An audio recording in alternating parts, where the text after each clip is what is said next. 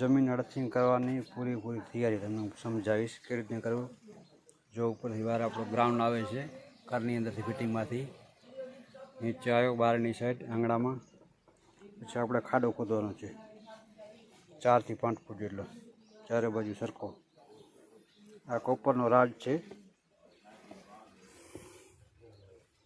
आ रीते नटवारो छे। एनी अंदर तार बांधવાનો छे बराबर। जमीनमां हथोड़ाथी ठोकी देवानो छे। पछी आपणे तैयार जे केमिकल आवे छे ए केमिकल छे 5 किलोनी पेकिंगमां। हवे आपणे आ केमिकल नाखवानी छे। पछी आनी पाछळ नमक अने कोळसा आवशे।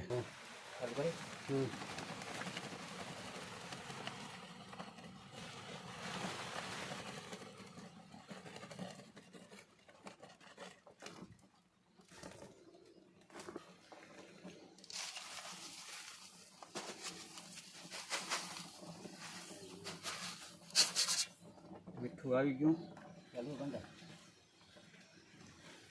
नमक डाल दिया। हम कोयला डालेंगे।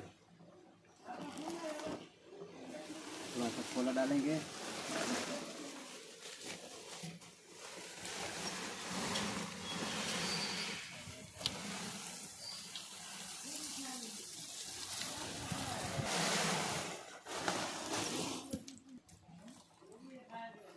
ફરી પાછળ બીજા રાઉન્ડમાં કેમિકલ નાખવાનું છે।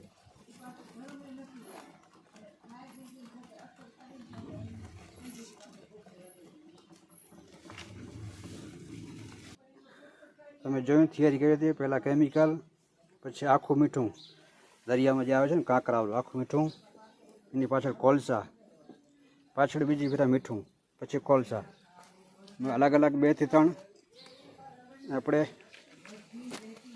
નપળ આપવાના છે। તેને પૂરેપૂરે આપણે કમ્પ્લીટલી જમીન અર્થિંગ બની જશે। તમે જોઈ શકો છો કેવી રીતે અર્થિંગ આપણે કરવાના છે।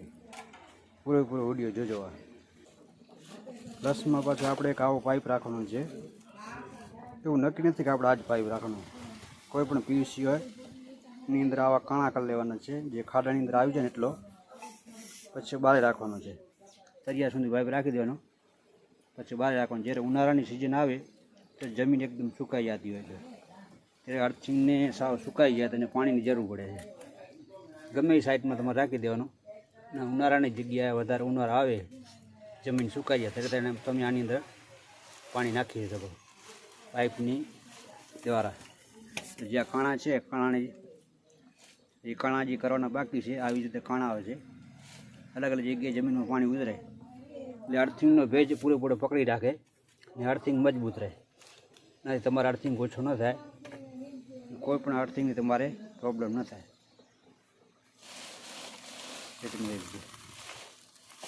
જોજો આવી રીતે વેચી જાય ડાયરેક્ટ। મીઠું નાખવાનું તમારે ચારે બાજુ, રાડની ચારે બાજુ, પછી કોલસા નાખવાના। કમ્પ્લીટલી આપણી આની અંદર કોલસુનું મીઠા થઈ ગયા છે। જો 40 થી 50 કિલો કોલસા હતા, 50 કિલો મીઠું હતું। જેટલું કોલસુનું મીઠું વધારે રહેશે તેટલું અર્થિંગ વધારે મજબૂત રહેશે। પાઇપ આવી ગયો, કોલસા આવી ગયા।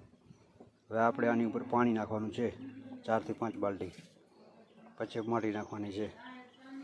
નીચેનો ભેજવાળી જમીન છે ત્યારે વરસાદી જમીન છે, પાણી નાખીને વધારે ભેજ થઈ જાય, અર્થિંગ મજબૂત થાય। હવે આની ઉપર આપણે પાણી નાખીએ 4 થી 5 બાલટી।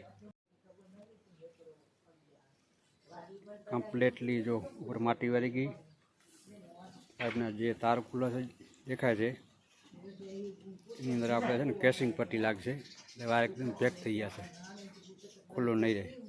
માટી વળી ગઈ, ઉપર પાણી આવી ગયું, કમ્પ્લીટલી અર્થિંગ એકદમ 100% ક્લિયર થઈ ગયો છે. હવે અમે તમે અંદર બતાવશે અર્થિંગ.